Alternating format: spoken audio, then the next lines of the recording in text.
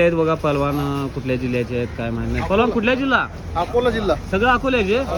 प्रवास चांगला झाला ना नक्की? आणि तिकडे स्पर्धेकडे गेलेला कशा आहे जाईल तयारी? छान छान, शुभेच्छा तुम्हा सर्वांना.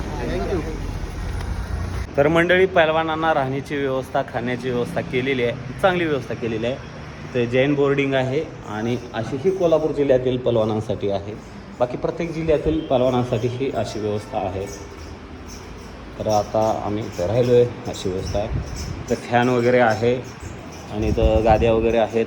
आतरून आपल्याला स्वतः ब्लँकेट आणावं लागेल असं लोकेशन आहे. जवळच आहे, काय लांब नाही. आणि इकडं तुम्हाला आंघोळीला बादली पण आणून ठेवलेली आहे आणि स्वच्छ आहे सगळं, हे पण आणलेलं आहे. सगळी व्यवस्था रामकृष्णांना सातव पाटील यांनी केलेली आहे पहलवानांसाठी. धन्यवाद.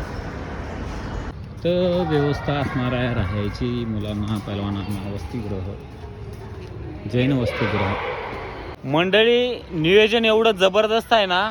आणि पहलवानांसाठी तुम्हाला सांगतो ही एक गाद्याची सोय आहे आणि बेडशीट नवीन, उशी पण नवीन आहे या ठिकाणी.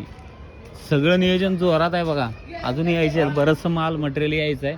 आणि इथं पहलवानांना सोय असणार आहे या हॉस्टेलमध्ये.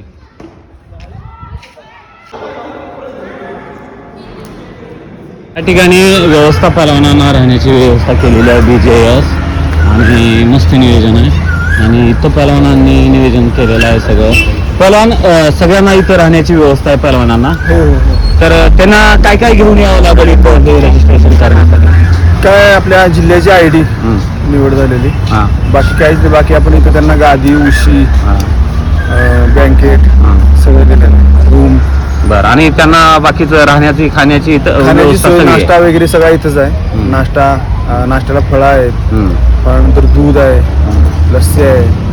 बाकी स्वीट पण आपण ठेवलेलं आहे. जेवण पण चांगलं आहे, उत्कृष्ट पद्धतीचे जेवण पण ठेवलेलं आहे. छान व्यवस्था केलेली आहे. हे सर्व मंडळी आहेत या ठिकाणी व्यवस्थापन करण्यासाठी. धन्यवाद आयोजकांना.